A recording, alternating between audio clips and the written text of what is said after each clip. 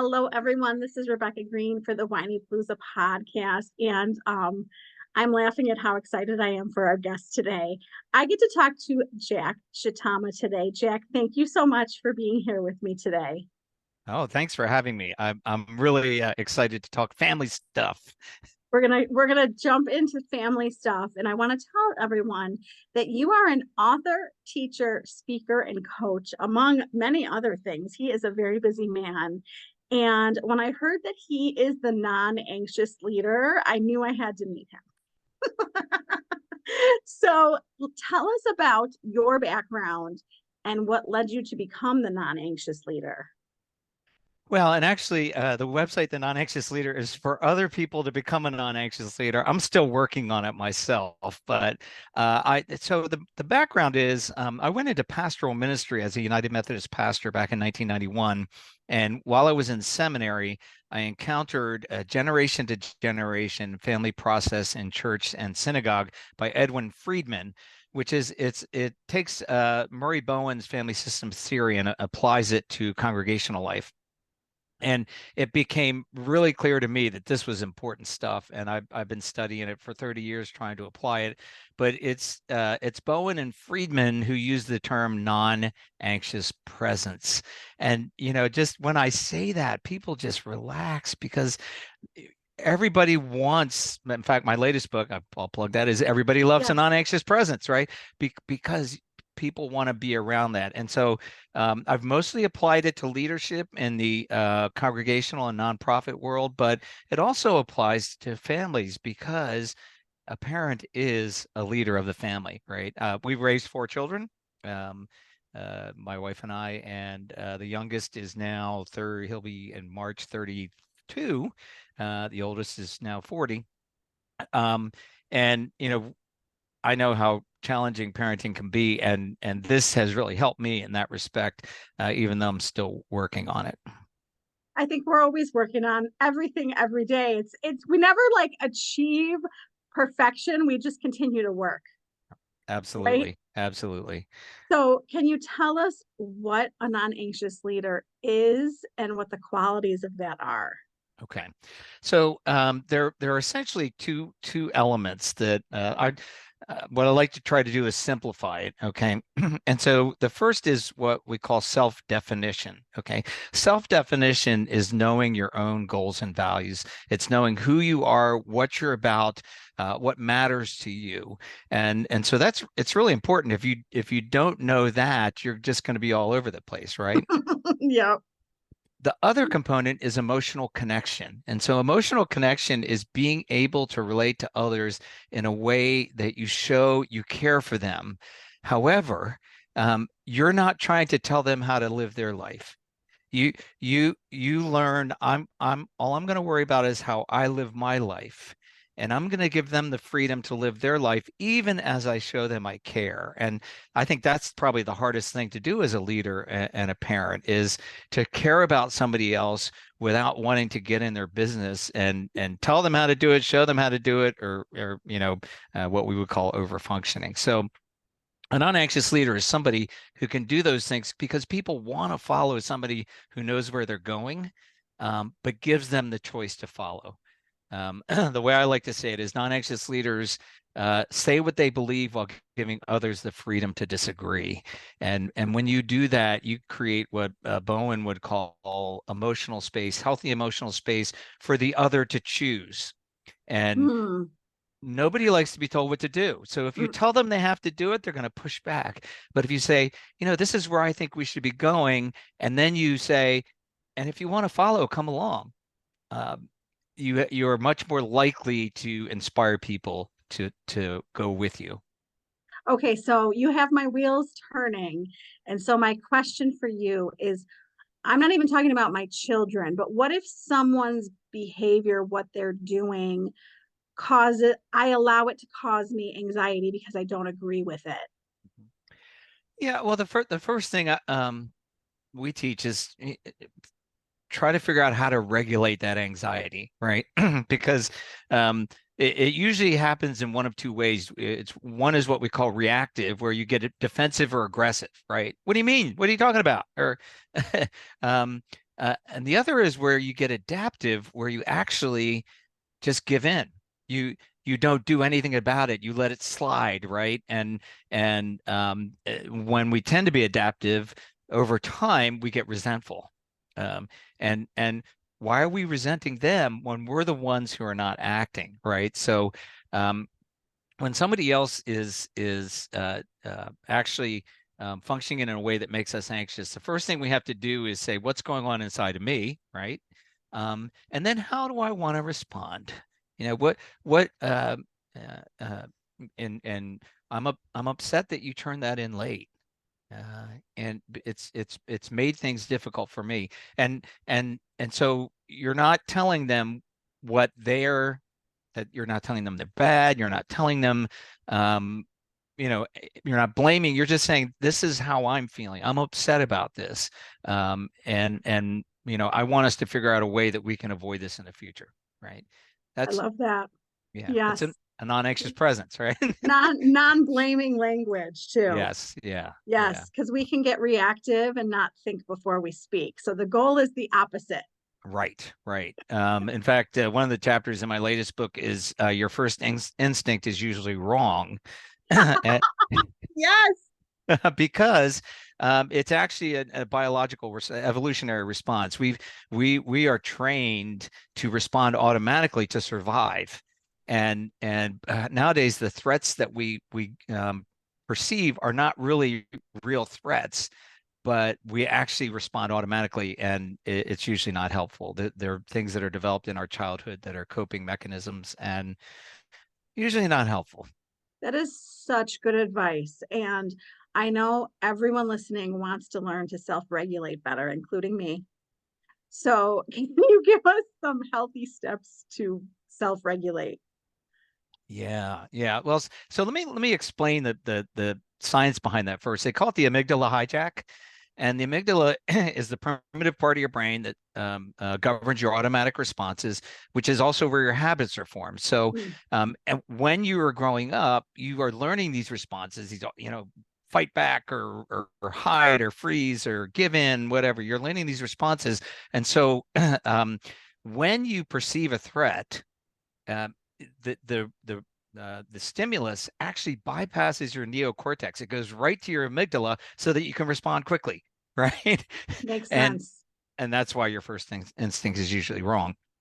So the idea of self-regulating is to get out of your primitive brain and get back into your thinking brain, your neocortex. The best way to do that is just not do anything. Just train yourself to not respond, and over time you can do that.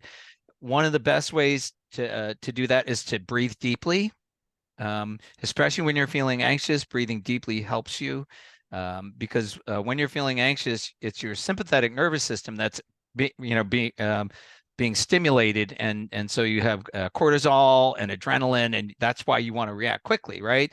Um, but and you're breathing in a very shallow way. When you breathe deeply, especially if you exhale longer than you inhale, it actually transfers you to your parasympathetic nervous system. So from your from your fight or flight system to your rest and digest system.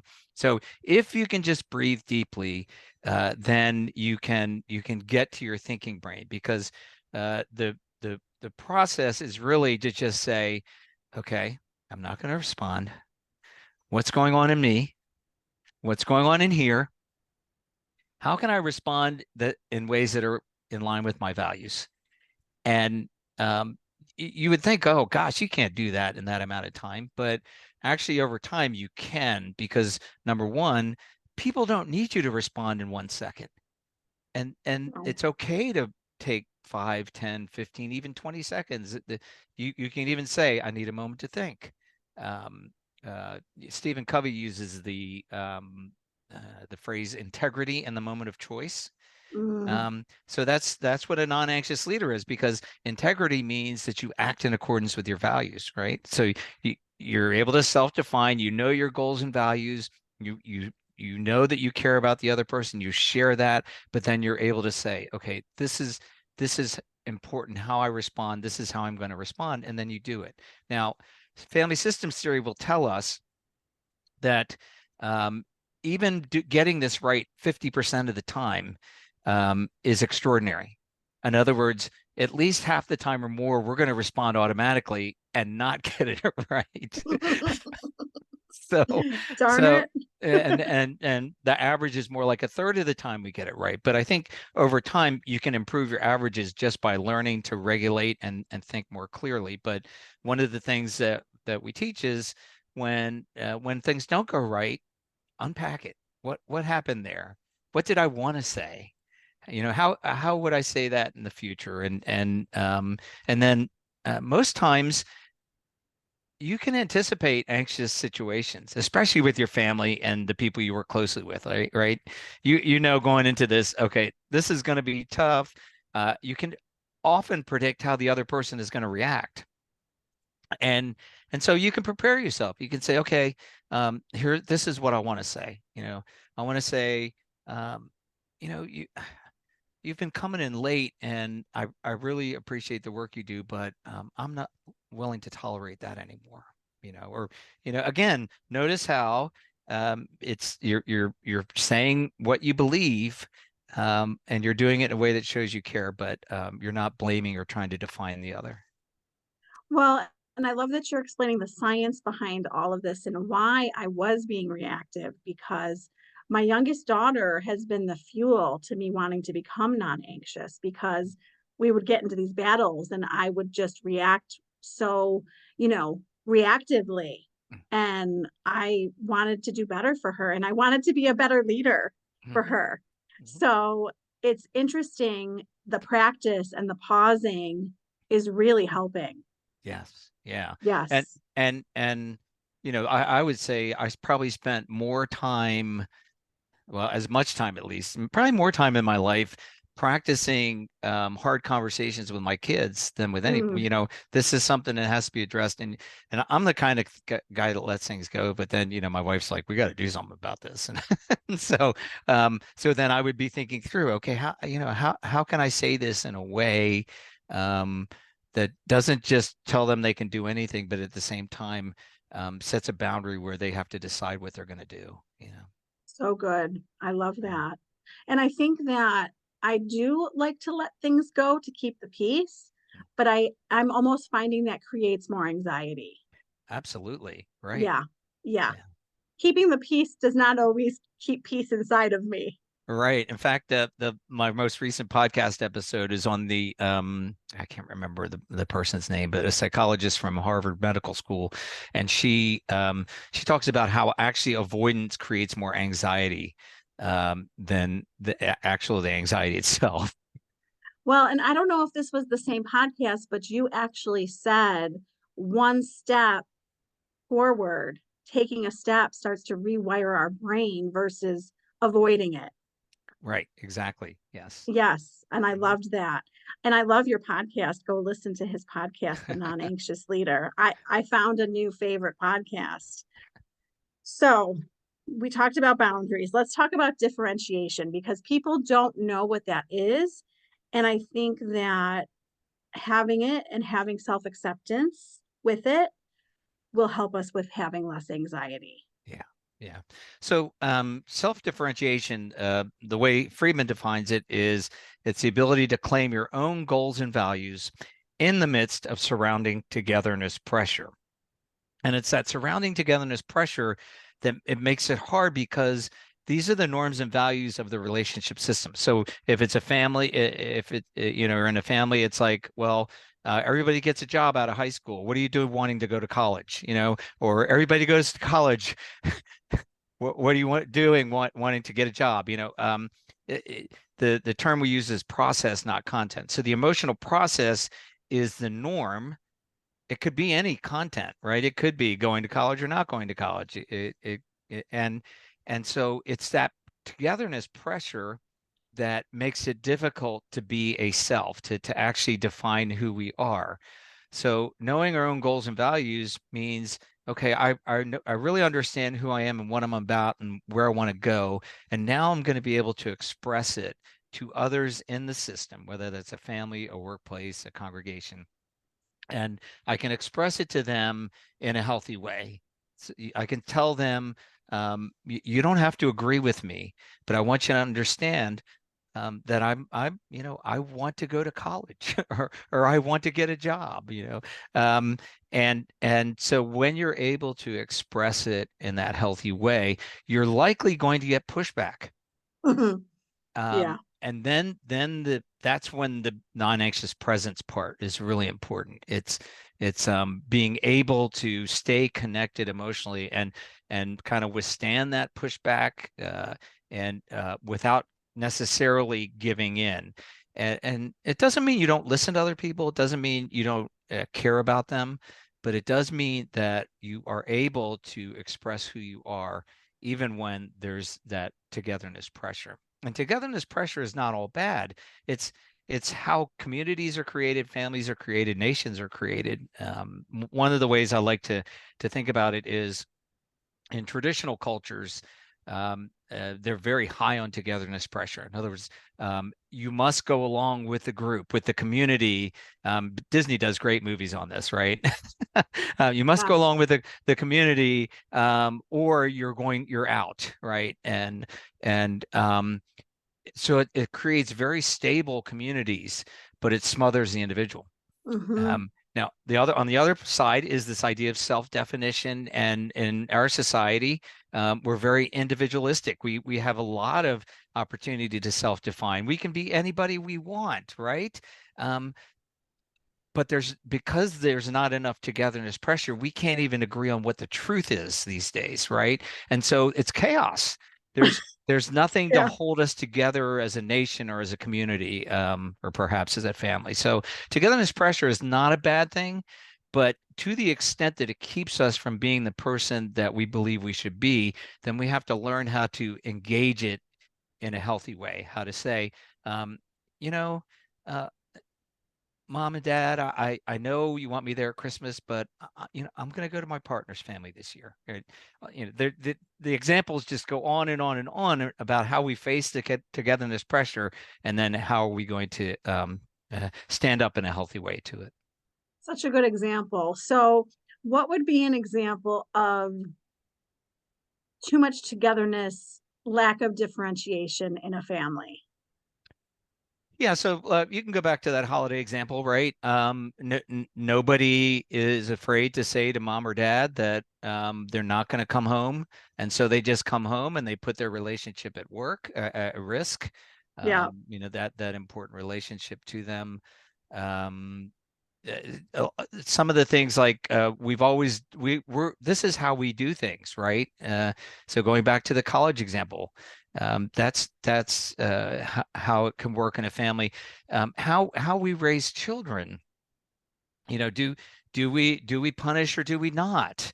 How we handle money, and so the biggest challenge with couples is that when they come together, they actually have two different sets of norms from two different relationship systems. And the conflict, the tension comes when it's like, what do you mean you're letting the dog sit on the couch? Dogs don't sit on the couch. They go outside. And so they don't even realize oftentimes that it's these different norms that are coming in contact. And what I advise people when they're going through this is it's not about what one system or another system does, and either is really right or wrong. It's what you decide together. Okay, you're now your own system, and you have to decide. And that means you might get pressure from one or the other or both, right? And that then self-differentiation is saying, uh, in fact, my mom, she's 100, she lives with us, and when my son's Wow. dog jumps up on the couch, she's like, he's on the couch, and I'm like, Mom, it's okay.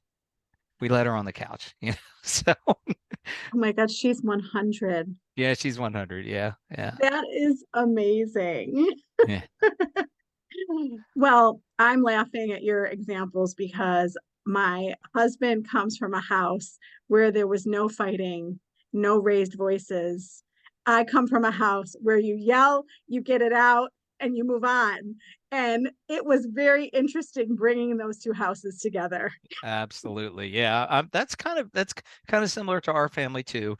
So the one who wants to have it out is usually the pursuer, right? We need to talk about this. and the other just wants to bury it and forget about it, right? Oh, stuffing of feelings. Yeah. Listen, neither is right. I feel like there's a right in the middle, Sure, right? absolutely. Yep, absolutely. So mindfulness is one of my favorite words, and I know it makes us less anxious. How can we all achieve more mindfulness in our lives? I think it takes practice. So, mindfulness meditation is a form of practice. I'm actually engaged in something called positive intelligence, Mm, which is there's a book called Positive Intelligence written by Shirzad Shamin out of Stanford. And positive intelligence is kind of taking mindfulness, but actually being able to put it into practice in the real world. So not just sitting in a room, in a quiet room. Um, and the kind of the basic principle I understand from mindfulness is accepting the present without judgment, right? And so when you are able to just say, okay, what's going on here? What's going on in me? What do I hear or see coming from the other person? Then you're in a mindful state, right? You're not saying they're bad. You're not saying you're bad, or I'm better than them, or I can't believe they're acting like this. You're just trying to accept what's going on. And actually, positive intelligence teaches things like rubbing your two fingers together and focusing on those sensations. What it does is it kind of gets you out of your head, and allows you to just observe, right? You practice observing, and you can even do that in the moment, right? Just that's what that deep breathing does, because what all you're trying to do is just process the moment and observe rather than respond. And once you process the moment and observe, then you can attach meaning to it for yourself, and so that then you can respond in the way you want. And it sounds like a lot, and I think it's just like anything else. You practice it over time, you make mistakes, you get better, but over time uh, you do get better. One of my favorite stories is I do work for a couple of regions of the United Methodist Church, and there was a series of town halls that the bishop was doing across our areas, and the person I relate to called me and said, Bishop wants to know uh, how many town halls you're going to be attending. And I started panicking. I'm like, I don't have any on my calendar. And it's like, I'm kind of adaptive. My reaction was going to be, oh, well, okay, I'll be there. That would, I want to please the bishop. Um, but I was able to pause and I was able to think, okay, what's important to me? I do want to be a team player, but at the same time, if I go to 9 meetings over the course of the next 3 weeks, I'm not gonna get anything done that I need to get done, right? These are almost day-long meetings. And so I was able to get to the point where I said, because I thought this through, what's important to me? I said, I hadn't planned on attending any, but if Bishop wants me to be there, I will be there. And she said, oh, no, she just wanted to know. And see, all that anxiety was going on in me. I felt togetherness pressure, to pressure to go along, yeah. and it could have easily ended differently. I could have easily just said I'll be there, without thinking through what was important to me and being able to express it in a way that mattered. And if the person I was talking to said, yeah, Bishop does want you to be there, I would have done it. But anyway, so Such a good example. No, because yeah, we make up so many things in our heads right, right. and we don't always talk about it. Right. Or think it through, right? Yes. Yeah. Yes. Oh, Tell me what you're asking here. I'm not sure what you're asking, right? That's a good one, great, right? I'm not great sure what you're asking. question. Yeah, yeah. I know. We make up stories in our heads. We cause ourselves anxiety. And what I'm hearing from a lot of what you're saying is that my attaching judgment to things throughout the day is what's causing anxiety. Yes, right, right. We make assumptions about what other people's intents are. We think people care. I did an episode on the spotlight effect. We think people are thinking about us more than they actually are, right? I love that. You know, We're they're not real. that important. We're not that important. Yeah, they don't really care about us that much. And so it's really to try to get out of that frame of mind and just think through. Okay, what what's important to me here, and what kind of response would be in line with that? I love it. I love all of this advice. I'm soaking it all in, and I bet you everyone listening is too. So I would love to hear if, I don't want to put you on the spot, but if you can think about as a parent with your children, a time where you were proud of your non-anxious presence and a time when you were not. Let me see. Um, well, I think several of my children bounced back. In other words, they went to college and then they came to live at home for a while, and that's a challenge. And I think I learned that I couldn't try to push them out, right? Um, and I suppose if I tried to tell them how to live their life, they would have wanted to move out faster. I doubt it, but I think I learned in those moments how to try to treat them as adults and set boundaries with them. Not all the time. At least for me, they're my kids. I'm a sucker for them. But to try to set boundaries in ways that they could learn to mature. So I think that's one of them. Yeah. The least proud moment I think is uh, it's actually legendary in our history, family history. My youngest son had a friend who was homeless. His parents couldn't care for him. He was going into ninth grade, and so he came to live with us, and we actually got legal custody of him for a while.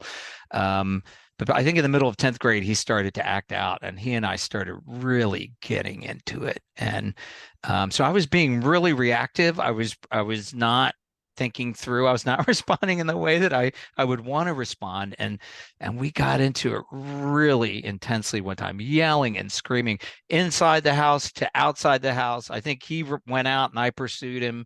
And I said, I said something about, I'm right about this or something like that. And he said, "Of course you're right. You're Jack Shitama."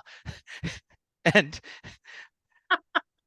Oh what boy. what I realized is sometimes saying what you believe in a passionate way comes across as arrogance. And so my family laughs that I'm Jack Shitama. I love it. I think It's a I'm lot. I It's a think I'm high expectation to be you. Yeah, yeah. Well, it's not really like that, but I think that you have to be aware of those things. I think another moment that came recently was I was with I think this is more a proud moment than not a proud moment. But it's a little bit of both. I was playing with one of my grandchildren. They're like almost 3, and it's a puzzle with both letters and pictures. Like, so there's a picture of a balloon for B, and it's a train puzzle. You have to do them in order, and so he's going through this, and my wife is telling him to look for pictures, and I'm like, no, no, no, no, let him look for the letters first. And my one child, who's the parent of this grandchild, said, "This is why we were afraid to make a mistake when we were growing up." And I was like, "Oh." Oh gosh. So here's I was it was kind of a proud moment because at Mhm. least they told me, Yeah. right? Maybe they weren't ever able to tell me. Not a happy moment though either, because it made me realize that, maybe sometimes I come across the way I don't want to come across, which is Oh, how I know. I know how true that is. yeah. My son was talking about, I don't know, was it a girl? Whatever the conversation was in the car, and I was like, "How come you don't tell me things?" And he goes, "Because you get so emotional and there's so many emotions." And I was like, "Okay, so he's telling me to tone it down." Yes, yes. I mean, our kids never told us anything, and in fact, we used to have a saying, "Kiss of death," because if they were dating somebody and we liked them, it was the kiss of death. Oh gosh. Oh my gosh, that's good to know. That's good to know. So, what would you say that you like best about what you do? I think it's helping people to uh, become their best self. And what family systems theory teaches is that if in a leadership situation outside the home, um, that what what you've learned in your family of origin actually has more to do with it than anything else. So how you respond as a leader really is something that's a part of you from your family of origin. And when you start to go and unpack that and do what we call reworking relationships. So the one I like to use is, who's the person that in your family of origin that when you get a text message or a voicemail, your anxiety goes up, right? There's Oh, there are people like that, maybe more than one, right?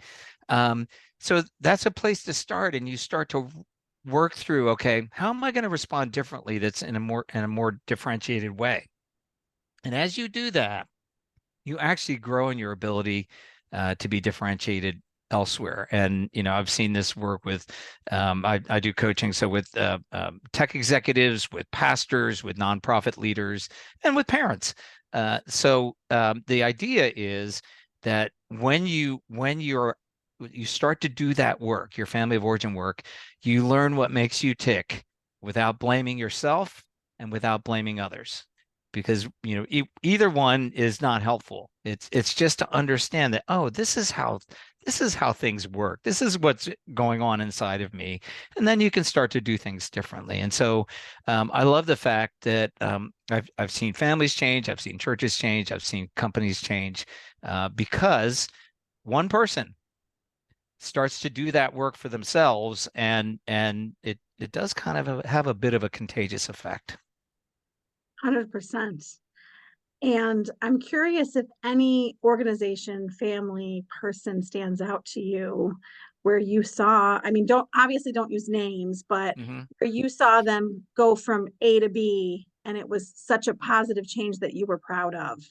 Oh, yeah. I think of one particular person that was an executive in a startup, and um, there was a lot of anxiety going in the leadership team. And but we did the family of origin work first, right? And that helped him to actually take healthy stands with people in that he worked with. And see, one of the things that you become aware of is that when somebody makes you anxious, you want to distance from them. And that's the worst thing you can do. That what you want to do is you want to stay connected emotionally without allowing your anxiety to make things worse. That's a hard thing Mm, to do. it's But very hard. when you do that family of origin work, you start to figure out, okay, this is what's behind that, and it makes it easier to do. And as this person did that family of origin work, they started talking to relatives and learning more about what made parents tick and grandparents Mm, tick and aunts and uncles tick, and and over time they became the center of the family. Like, cousin calls and said, can you give me advice about this or da, da, da. Everybody loves a non-anxious presence. it, I it was know. it was amazing to me how the work that this person did on their own helped both their leadership in the company, but also helped their family in general, and actually helped heal some pretty uh, conflictual relationships. Not because they tried to change those people, but because of their own presence. And those people then over time change themselves. It's good stuff. Such a good story. So if we want to take one step today and we want to become less anxious, what is one step we can take today? Yeah, I think it is working on that regulation, self-regulation. Because if you can just pause in the moment and get to the thinking part of your brain, you have a better chance of doing it differently. And the other thing is just to be kind of think back and through and say, where are the times where I didn't really respond the way I wanted to, and where are the times when I did where I responded in the way I wanted to, and what's the difference? And just start to unpack all that and think through how you can do things differently. Well, and I just want to answer that really quickly, and we will close up. But when I react in the moment is when I tend to not be proud. And when I breathe and take time, I tend to like what comes out of my mouth. Absolutely. Absolutely. And difference between your primitive brain and your thinking brain. Oh my goodness. Well, and you explaining the biology behind it is really going to help me because I'm going to realize that it's normal for me to feel that. And then Right. I can take that moment. Exactly. Yep. Yes. Well, I asked you so many questions. Is there anything else that you want to share with us? No, well, if you do want to subscribe to my email newsletter, it's called Two for Tuesday, and I just send out usually I do a little short video on leadership, and then there's two recommendations for articles that you might find helpful, and it kind of runs the spectrum from family systems theory. There's a woman called Kathleen Smith out of the Bowen Center who's really good. I share a lot of her stuff, to productivity stuff, to self-care stuff. I think all of those things go into really being a non-anxious leader. So you can go to the website, thenonanxiousleader.com, and sign up there. So at your website, is that where everyone can find, your book, your coaching, your podcast? Is everything at the website? Everything is at the website. Yep. Awesome. Well, I can't thank you enough for your non-anxious time. Well, thanks for having me, and I wish you the best into the future. Thank you so much. This is Rebecca Green reminding everyone to spend every day laughing, loving, and learning. Thank you for tuning in to the Whinypaluza podcast.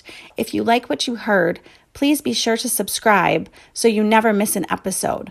While you are there, leave a review. I love to hear your feedback. Thank you so much for listening. Until next time. This show has been produced by Market Domination, LLC. To discover how you can have your own show completely done for you and turn it into a real published book and become the authority in your marketplace, go to www.marketdominationllc.com/podcast offer. 49 faces looked to him in triumph. Over the last 12 months, they had each taken turns and promoted his business for a week at a time, driving over $987,342 in revenue. What if you had a network of 50 centers of influence who promoted your business every week for a year? Grab your copy of the #1 Amazon best-selling book, The Ultimate Guide to Growing Your Business with a Podcast, at 33% off the Amazon price by going to ultimatepodcastbook.com. Again, that website for 33% off the Amazon price is ultimatepodcastbook.com.